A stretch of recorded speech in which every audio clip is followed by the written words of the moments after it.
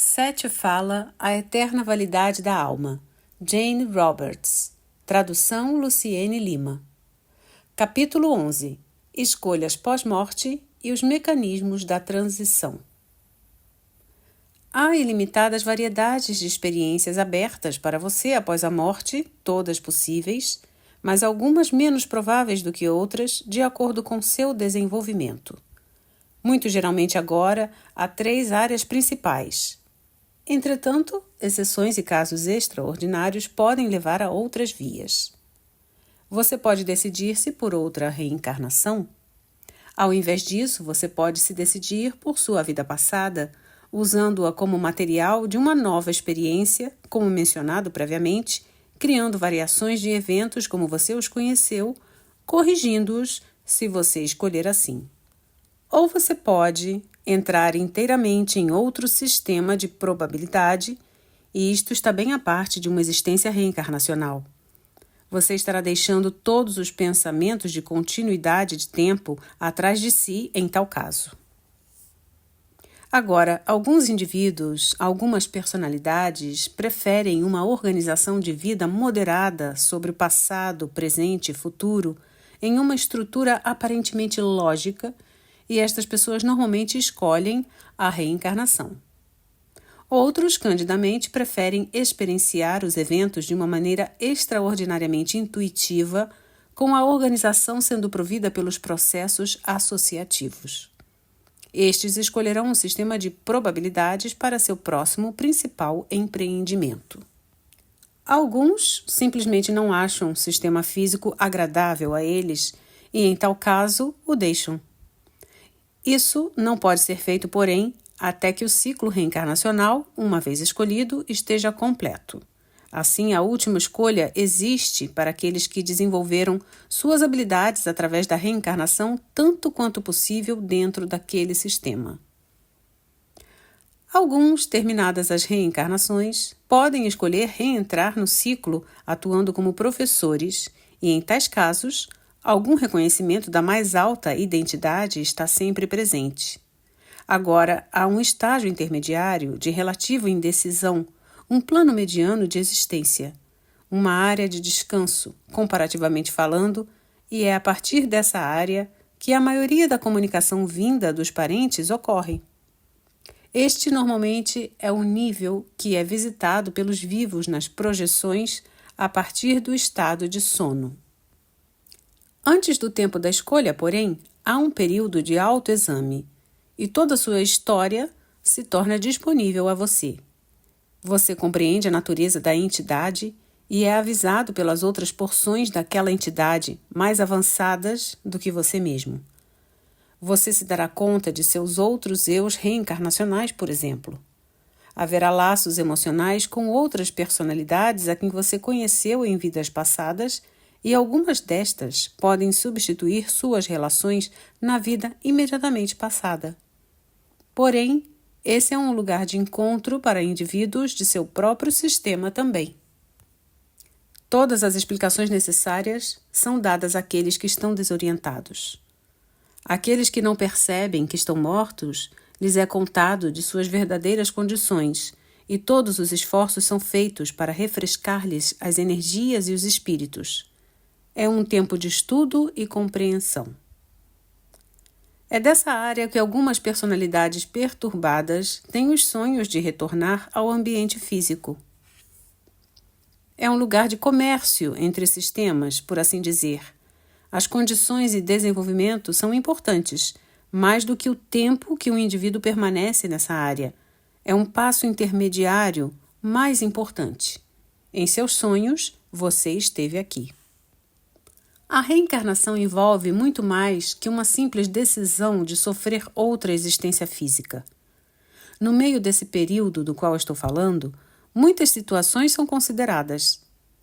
Quando a maioria das pessoas pensa em reencarnação, ela pensa em termos de progressão pessoal, na qual a alma se aperfeiçoa em cada vida sucessiva. Esta é uma simplificação grosseira.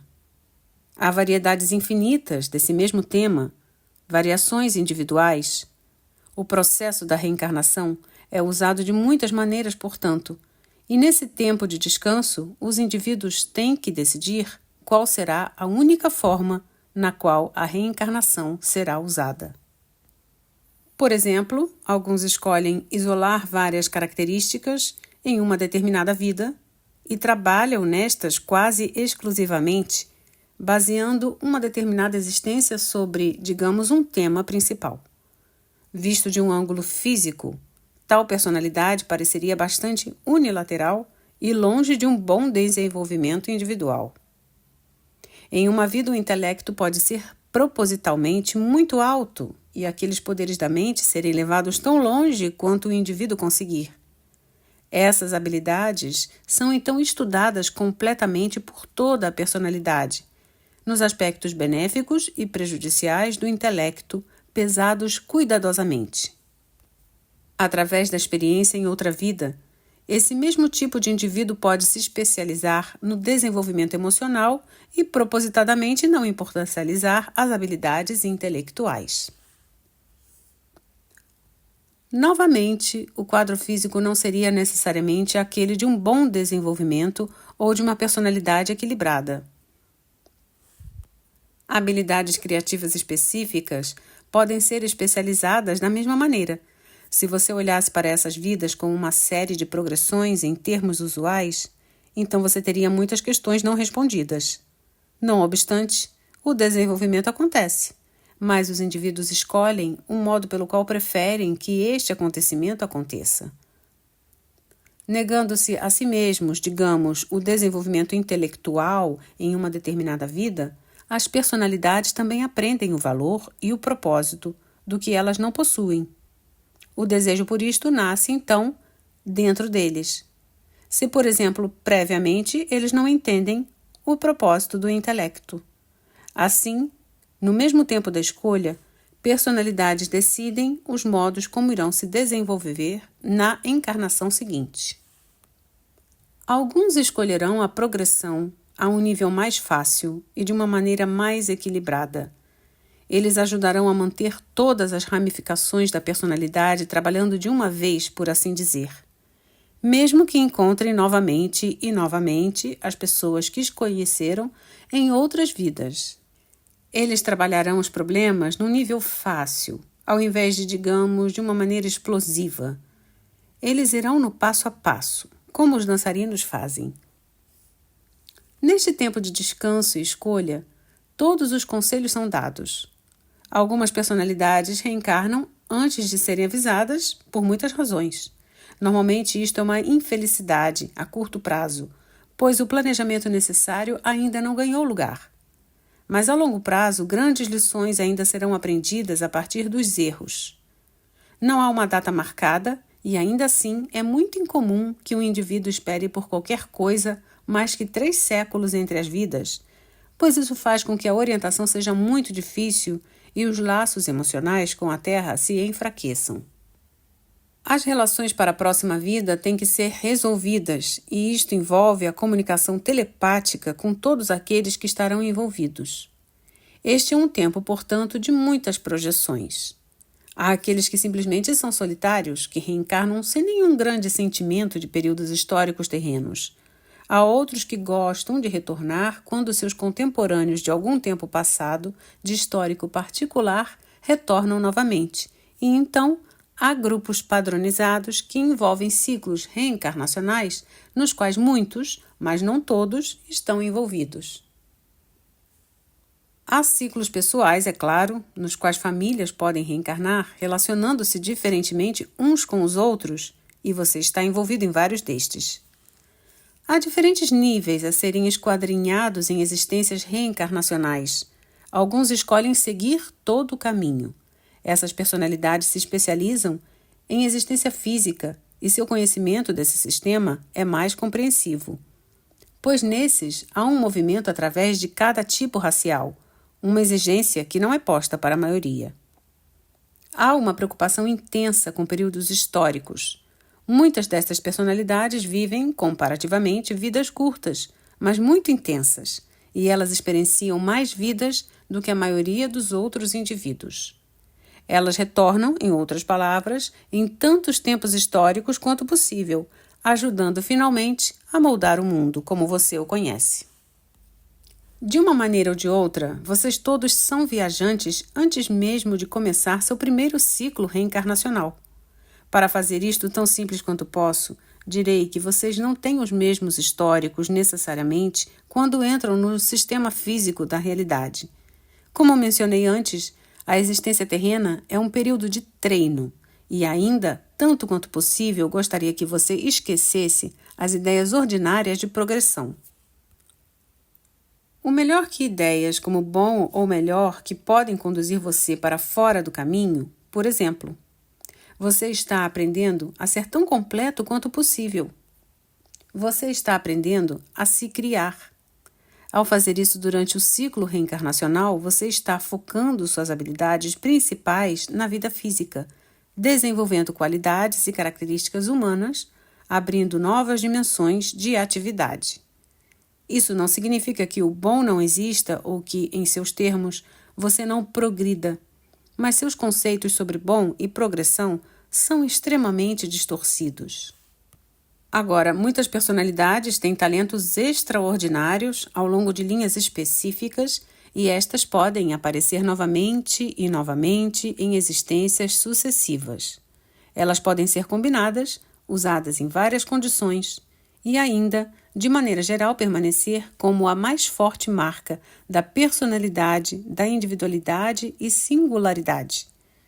Enquanto a maioria das pessoas adota diferentes intercambiações, ocupações e interesses, por exemplo, ao longo do ciclo reencarnacional, com alguns haverá uma linha muito notável de continuidade.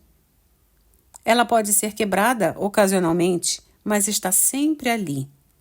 Elas podem ser padres ou professores, por exemplo, quase exclusivamente.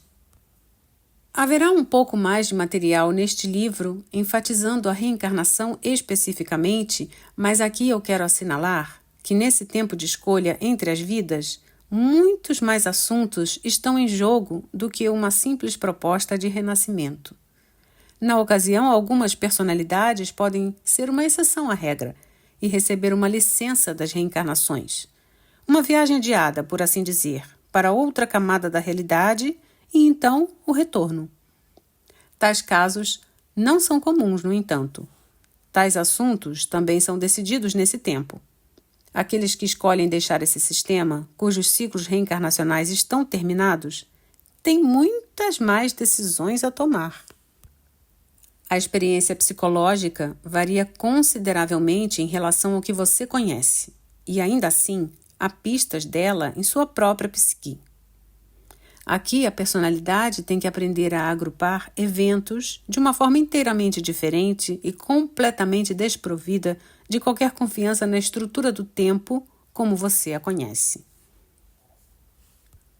Neste, como em nenhuma outra realidade, habilidades intelectuais e intuitivas finalmente trabalham tão bem juntas que há pouca distinção entre elas. O eu que decide sobre a existência reencarnacional é o mesmo eu que escolhe experiências com o provável sistema. A estrutura da personalidade, porém, dentro do sistema é bastante diferente. As estruturas da personalidade com as quais você está familiarizado não são senão uma variedade das muitas formas de consciência disponíveis a você. Então, o provável sistema é tão complexo como o reencarnacional. Agora, eu lhe disse que toda ação é simultânea. Então, por um lado, você existe imediatamente em ambos os sistemas. Porém, explicar a você que decisões estão envolvidas, e para separar estes eventos, tenho que simplificá-los até certo ponto. Coloquemos dessa forma. Uma porção de todo o eu se foca em ciclos reencarnacionais e lida com os desenvolvimentos ali. Outra porção se foca em probabilidades e lida com os desenvolvimentos ali.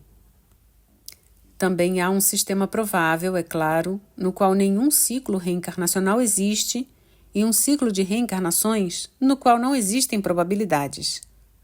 A franqueza e a flexibilidade da personalidade são altamente importantes. Entradas para existências podem ser abertas e a personalidade pode se recusar a vê-las. Por outro lado, toda existência provável está aberta, E a consciência pode construir uma porta onde não havia nenhuma naqueles termos. Há guias e professores nesse tempo de escolha e decisões para mostrar alternativas e para explicar a natureza da existência. Todas as personalidades não estão no mesmo nível de desenvolvimento. Há então professores avançados e professores em níveis mais baixos. Mas este não é um tempo de confusão, mas de grande iluminação e de incrível desafio. Haverá material depois neste livro sobre o conceito divino que o ajudará a entender algumas coisas que permanecem não ditas neste capítulo. Agora, para aqueles que escolhem recombinar, misturar ou igualar os eventos da vida imediatamente passada para tentá-la de novas formas, por exemplo, lições têm que ser dadas. Em muitos destes casos, há um problema sério e certa rigidez acoplada às características perfeccionistas mencionadas anteriormente. Os anos terrenos serão experienciados novamente, mas não necessariamente de forma contínua. Os eventos podem ser usados de qualquer forma que o indivíduo escolha, alterados, revividos da forma como eles aconteceram, por contraste, como talvez um ator atuaria num velho filme no qual ele aparecesse novamente de forma a estudá-los. Só que nesse caso, é claro, o ator pode mudar sua atuação ou o final. Ele tem plena liberdade com os eventos destes anos. Os outros atores, porém, são formas-pensamento, a menos alguns contemporâneos, reunidos nos acontecimentos. Sob essas condições, a personalidade manipula os eventos conscientemente, é claro, e estuda os vários efeitos. O foco exigido é bastante intensivo. A ele é dito da natureza desses que participam com ele. Ele percebe que eles são formas-pensamento, por exemplo, e ele mesmo. Mas, novamente, formas-pensamento possuem certa realidade e consciência. Elas não são atores de papelão que ele simplesmente movimente à vontade. Ele tem que, portanto, levá-las em consideração e ele tem certa responsabilidade para com elas. Eles crescerão em consciência e continuarão suas próprias linhas de desenvolvimento em diferentes níveis. De um modo, somos todos formas-pensamento e isso será explicado mais adiante no material que trata dos conceitos divinos. Entenda, porém, que não quero dizer que nos falte nossa própria iniciativa para a ação, individualmente ou de propósito, e lembre-se também que aqui você vive o avesso, com o sentido de que vivemos uma realidade interna da realidade real, a da consciência real, que chamamos de inconsciente. Então, talvez, a declaração tenha um significado maior para você. Agora, neste tempo de escolha, todos esses assuntos são considerados e preparações adequadas são feitas, mas o próprio planejamento é, no todo, uma parte da experiência e do desenvolvimento. A existência intermediária, portanto, é tão importante quanto o período que é escolhido. Você aprende a planejar suas existências, em outras palavras. Você também faz amigos e conhecidos nestes períodos de descanso que você encontra de novo, e talvez apenas durante as existências intermediárias. Com eles você pode discutir sua experiência durante ciclos reencarnacionais. Estes são como velhos amigos. Os professores, por exemplo, estão dentro de um ciclo. Os mais avançados já encontraram os sistemas de reencarnação e probabilidades e eles mesmos decidem sobre a natureza de suas próprias experiências futuras. As escolhas deles, no entanto, não são suas escolhas. Embora eu possa mencionar alguns outros reinos de existência abertos a eles em um capítulo posterior, não nos envolveremos com eles aqui. O tempo da escolha é dependente da condição e circunstâncias da transição individual seguinte a partir da vida física. Alguns levam mais tempo que outros para entender a verdadeira situação. Outros têm que ser despidos de muitas ideias e símbolos impeditivos, como explicados anteriormente. O tempo da escolha pode acontecer quase imediatamente em seus termos, ou pode ser deixado por um período muito mais longo enquanto o treinamento ocorre. Os impedimentos principais que se situam no tempo da escolha são, é claro, ideias distorcidas mantidas por qualquer indivíduo. Uma crença em céu ou inferno, sob certas condições, pode ser igualmente desvantajosa. Alguns se recusarão a aceitar a ideia de trabalho adicional, desenvolvimento e desafio, acreditando, ao contrário, que situações convencionais no céu são as únicas possibilidades. Por algum tempo, eles podem, de fato, habitar tal ambiente, até que aprendam, através da própria experiência, que existem exigências relacionadas ao desenvolvimento e que tal céu seria estéril, enfadonho e, de fato, mortal. Então, estão prontos para o tempo da escolha. Outros podem insistir que, por causa de suas transgressões, serão lançados ao inferno e, por causa da força de tal convicção, podem, de fato, durante algum tempo, encontrar tais condições. Em qualquer caso, porém, sempre há professores disponíveis. Eles tentam ajudar através dessas falsas crenças. Nas condições de inferno, os indivíduos chegam um pouco mais depressa a seus sentidos. Seus próprios medos lhes alavancam a liberação das respostas. Suas necessidades, em outras palavras, abrem mais rapidamente as portas internas do conhecimento. Seus estados normalmente não duram tanto, porém, como no estado de céu. Porém, qualquer estado protela o tempo da escolha e a próxima existência. Há um ponto que eu gostaria de mencionar aqui. Em todos os casos, o indivíduo cria a própria experiência.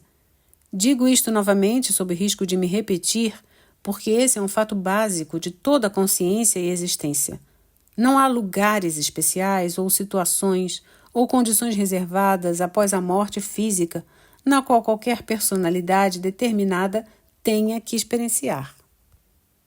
O ato de tirar a própria vida, como uma categoria, por exemplo, não tem a ver com nenhuma punição particular dada a alguém, tampouco é condição priori deles. Eles são tratados como indivíduos.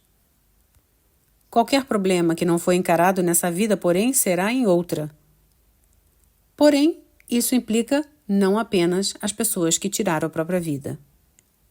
Esse ato pode provocar a própria morte da pessoa porque ela rejeita a existência em quaisquer condições escolhidas por ela mesma.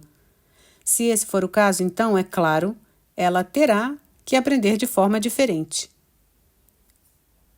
Muitos outros, porém, escolhem negar a experiência enquanto dentro do sistema, cometendo o ato com bastante frequência enquanto ainda na vida física. As condições relacionadas ao ato de tirar a própria vida também são importantes, assim como a realidade interior e a realização do indivíduo. Menciono isto aqui porque muitas filosofias ensinam que o ato de tirar a própria vida é conhecido como um tipo de destino especial, quase vingativo, e tal não é o caso. Porém, se uma pessoa se matar, acreditando que o ato aniquilará a consciência dela para sempre, então esta falsa ideia pode impedir severamente o progresso dela, pois isto será intensificado mais adiante pela culpa. Novamente, professores estão disponíveis para explicar a verdadeira situação. Várias terapias são usadas. Por exemplo, a personalidade pode ser conduzida aos eventos passados antes da decisão do ato. Então, à personalidade é permitido mudar a decisão. Um efeito de amnésia é induzido, de forma que o próprio ato é esquecido. Só mais tarde é que o indivíduo é informado do ato, quando está melhor capacitado a enfrentar isto e a entender.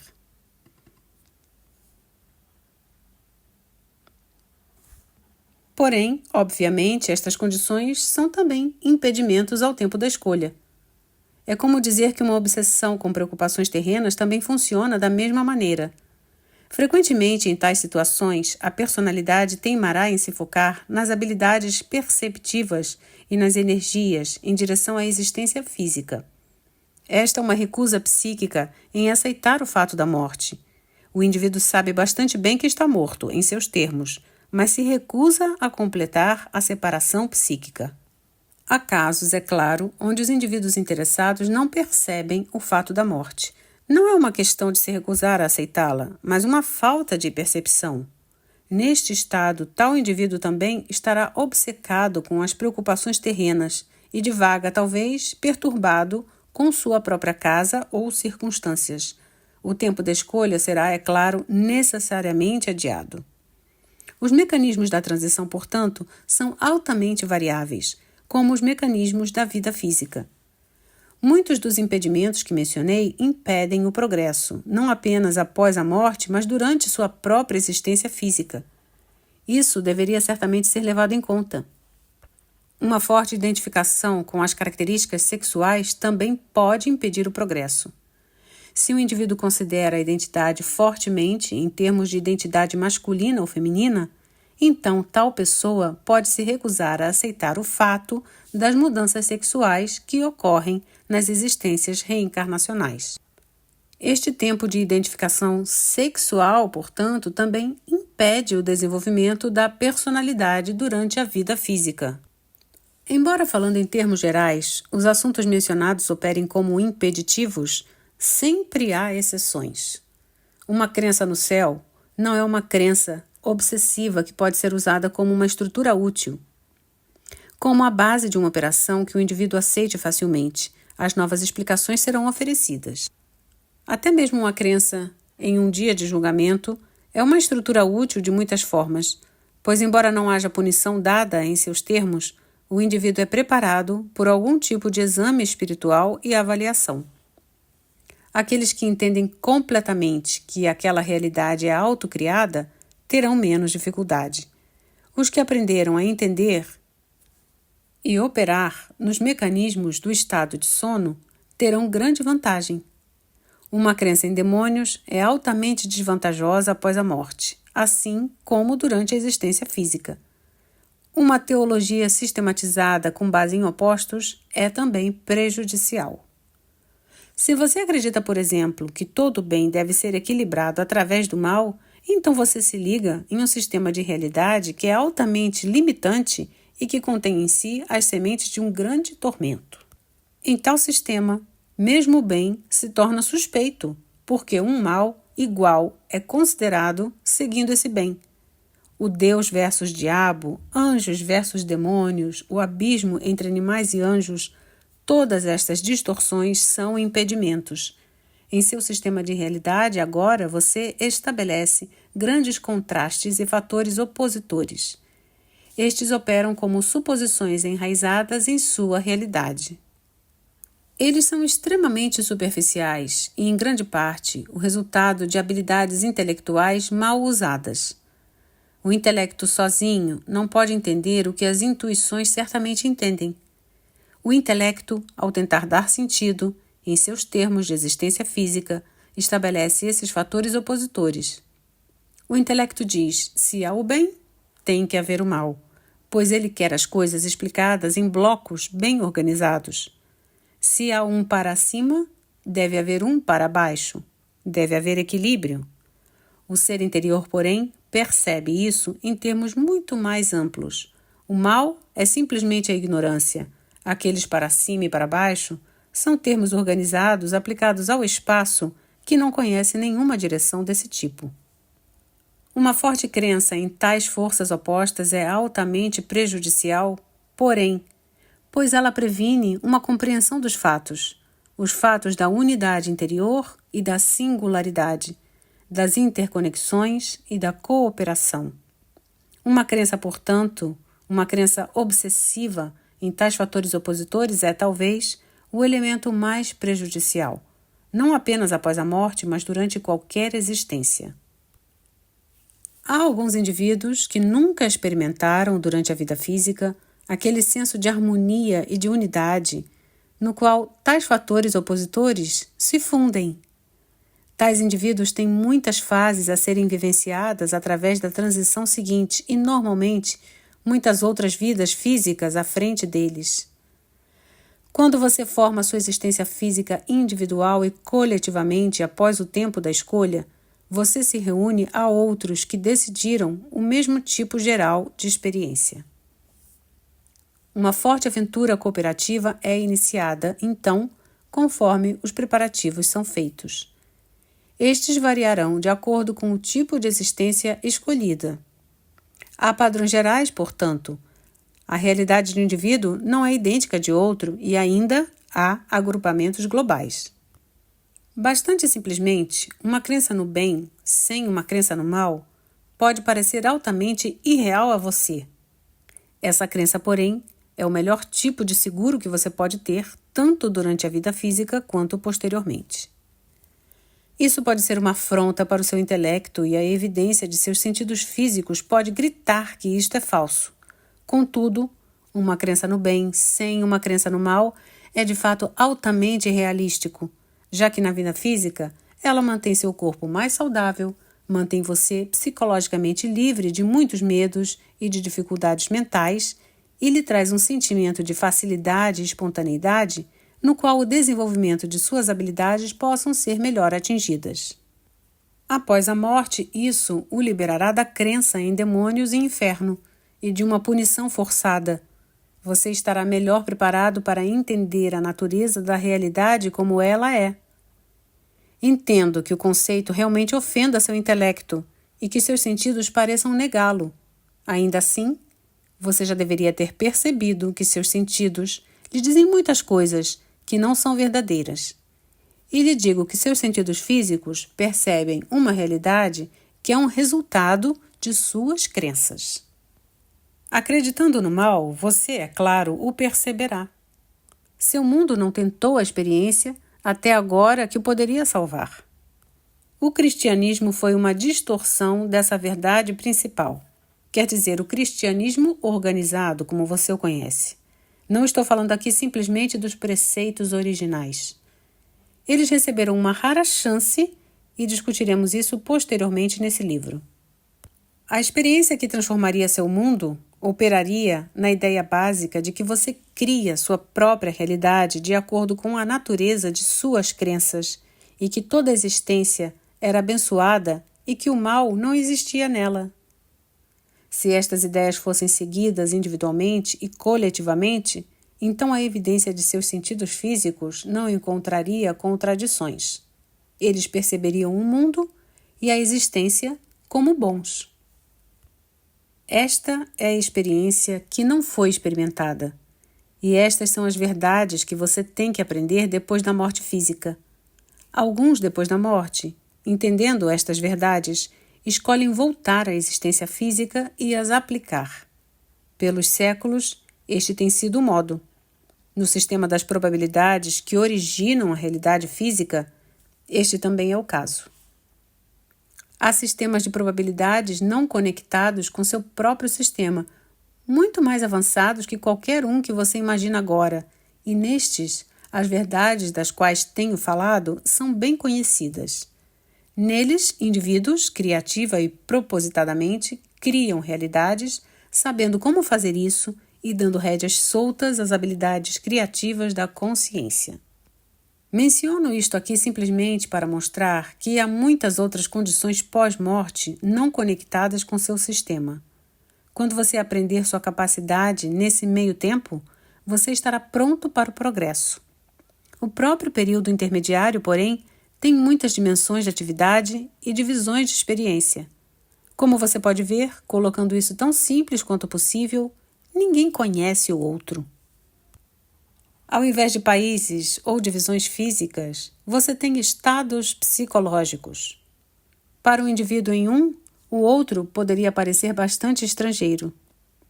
Em muitas comunicações com estes estados transitivos, as mensagens através de médiuns podem parecer altamente contraditórias. A experiência do morto não é a mesma. As condições e situações variam. Um indivíduo explicando sua realidade pode apenas explicar o que ele conhece. Novamente, tal material frequentemente ofende o intelecto, que exige respostas simples, claras e descrições precisas. A maioria dos indivíduos nestas fases que se comunica com parentes vivos não alcançou o tempo da escolha ainda, como também não completou seu treinamento. Eles ainda podem estar percebendo a realidade em termos de suas velhas crenças. Quase todas as comunicações vêm deste nível, particularmente quando há um laço de relacionamento com uma vida imediatamente prévia.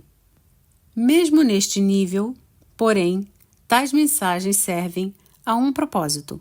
As comunicações podem informar aos parentes vivos que a existência continua e eles podem fazer isso através de termos que os vivos podem compreender.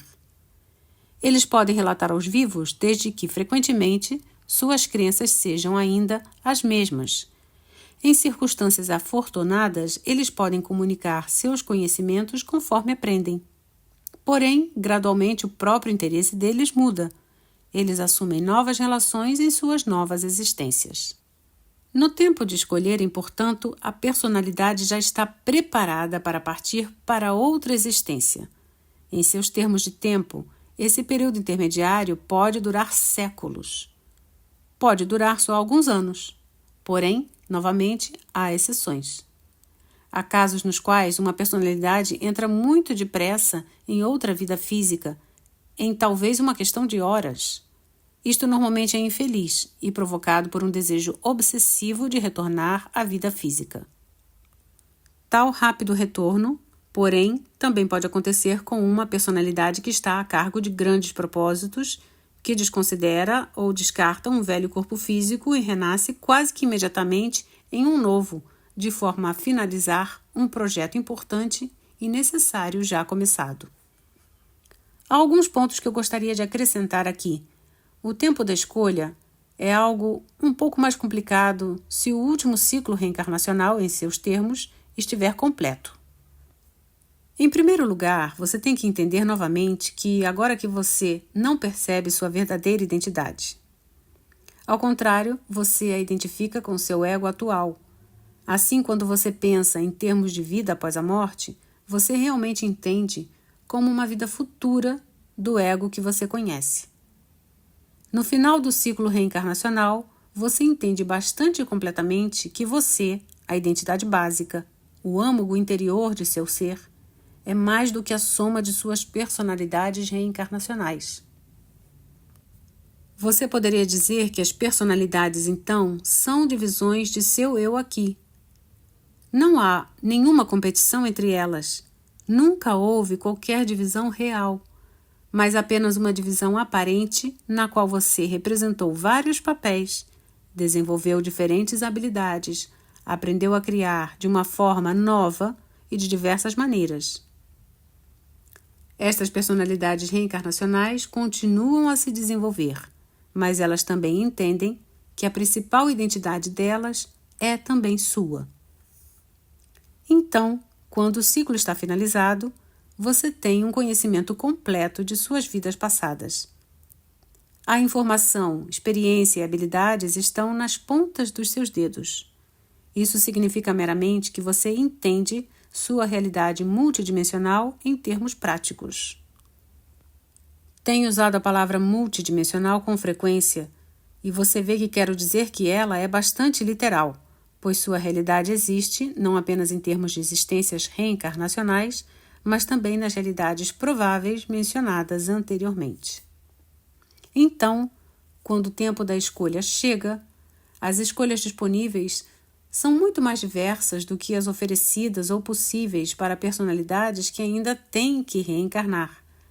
Sempre há a oportunidade de ensinar, se você tiver inclinação e capacidade, mas o ensino multidimensional é bastante diferente do que o ensino como você conhece agora e exige um treinamento rigoroso. Tal professor tem que ser capaz de instruir várias porções de uma entidade em seus termos ao mesmo tempo. Digamos, por exemplo, que uma entidade particular tem reencarnações no 14º século, em 3 a.C., no ano 260 d.C. e no Templo da Atlântida. Um professor entraria simultaneamente em contato com estas várias personalidades, se comunicando com elas em termos que elas pudessem entender. Tal comunicação exige um completo conhecimento das suposições enraizadas em tais eras e do ambiente geral filosófico e científico do pensamento na época. A entidade bem poderia estar explorando vários sistemas prováveis também, e estas personalidades também teriam que ser alcançadas e contactadas. A quantia de conhecimento e treinamento necessário fazem com que a carreira de comunicador de tal professor seja extremamente exigente, mas este é um dos cursos possíveis. O processo de aprendizado de tal informação necessariamente acrescenta ao desenvolvimento e habilidade do professor. Uma delicada manipulação de energia é requerida e viagens constantes através de dimensões. Uma vez que tal escolha é feita, o treinamento começa imediatamente, sempre sob a liderança de um perito prático. A vocação, pois isto é uma vocação, conduz tal professor até mesmo para outros reinos de realidade além dos que ele previamente sabia existirem. Outros, terminadas suas reencarnações e de uma natureza global diferente, podem começar a longa viagem que conduz à vocação de um Criador. Em um plano muito diferente, isto pode ser comparado a gênios em campos criativos dentro de sua própria realidade física. Ao invés de pinturas, pigmentos, palavras, notas musicais, os criadores começam a experimentar com dimensões de realidade, dando conhecimento de muitas formas quanto possíveis, e não quero dizer formas físicas. O que você chama de tempo é manipulado como um artista manipularia um pigmento. O que você chamaria de espaço é reunido junto de formas diferentes. A arte é criada, então, usando o tempo, por exemplo, como uma estrutura. Em seus termos, o tempo e espaço poderiam ser misturados. As belezas de várias idades, as belezas naturais, as pinturas e edifícios são todas recriadas como métodos de aprendizado para esses aprendizes. Uma de suas maiores preocupações é criar beleza que se imprima em muitas várias dimensões de realidade quanto possível. Tal trabalho seria percebido em seu sistema como uma coisa, por exemplo, mas também seria percebido em realidades prováveis, embora talvez de um modo completamente diferente. Uma arte de multidimensional, você vê, tão livre e elementar que apareceria simultaneamente em muitas realidades. É impossível descrever tal arte em palavras. O conceito não tem nenhuma equivalência verbal. Porém, estes criadores também estão envolvidos em inspirar aqueles em todos os níveis de realidade disponíveis para eles. Por exemplo, a inspiração em seu sistema é frequentemente o trabalho de tais criadores. Estes tipos de arte são frequentemente representações simbólicas da natureza da realidade. Eles serão interpretados de vários modos, de acordo com as habilidades dos que os percebem. Em seus termos, eles podem ser dramas vivos. Eles sempre serão estruturas psíquicas, porém, existindo à parte de qualquer sistema de realidade determinado, mas ao menos parcialmente percebidos por muitos. Alguns existem no que você pode considerar como plano astral e você os percebe em visitas durante o estado de sono. Outros são percebidos em vislumbres ou pedaços ou bocados por sua mente temporal enquanto você está quase dormindo, quase acordado, ou em outros períodos de dissociação. Há vários tipos de arte multidimensional e, portanto, muitos níveis nos quais os criadores trabalham. Toda a história de Cristo foi uma criação assim. Também há aqueles que escolhem ser os curandeiros. E claro, isto envolve muito mais que curar, como você está familiarizado. Estes curandeiros têm que poder trabalhar com todos os níveis da experiência da entidade, diretamente ajudando as personalidades que são uma parte daquela. Novamente, isto envolve uma manipulação através de padrões reencarnacionais e aqui, novamente, grande diversificação. Um curandeiro começa com os eus reencarnacionais com várias dificuldades. A cura envolvida é sempre psíquica e espiritual, e estes curandeiros estão disponíveis para ajudar cada personalidade em seu sistema, como você o conhece, em seu tempo presente e outros sistemas. Em um contexto maior e com maior treinamento, curandeiros avançados lidam com males espirituais de um vasto número de personalidades. Há aqueles que combinam as qualidades de professor, criador e curandeiro. Outros escolhem linhas de desenvolvimento que são particularmente adequadas às suas próprias características. Não quero discutir o propósito da existência contínua da consciência ou o desenvolvimento neste capítulo, porém. Simplesmente quero tornar isto mais claro, que vastas possibilidades de progresso são possíveis e enfatizar o fato de que cada personalidade tem plena liberdade. Os desenvolvimentos da consciência que acontecem são atributos naturais, fases naturais. Não há nenhuma coerção aplicada. Todos os desenvolvimentos adicionais são inerentes à personalidade que você conhece, como o estado adulto é inerente ao estado infantil. Agora, estas descrições de eventos pós-morte podem soar muito complicadas, particularmente se você foi ou está acostumado a histórias simples de céu ou descanso eterno. Infelizmente, as palavras falham para descrever muito do básico que gostaria que você entendesse. Você tem dentro de si, porém, a habilidade de liberar sua intuição e receber conhecimento interior. Neste livro que você está lendo, as palavras têm a intenção de liberar suas próprias habilidades intuitivas. Quando você está lendo, seus próprios sonhos lhe darão informações extras e estarão em sua mente assim que você acordar, se você estiver alerta a elas. Não há tal coisa como um final simples para a vida que você conhece, como as histórias de céu. Há a liberdade para que você entenda sua própria realidade, para desenvolver suas habilidades e para sentir mais profundamente a natureza de sua própria existência como uma parte do tudo que é.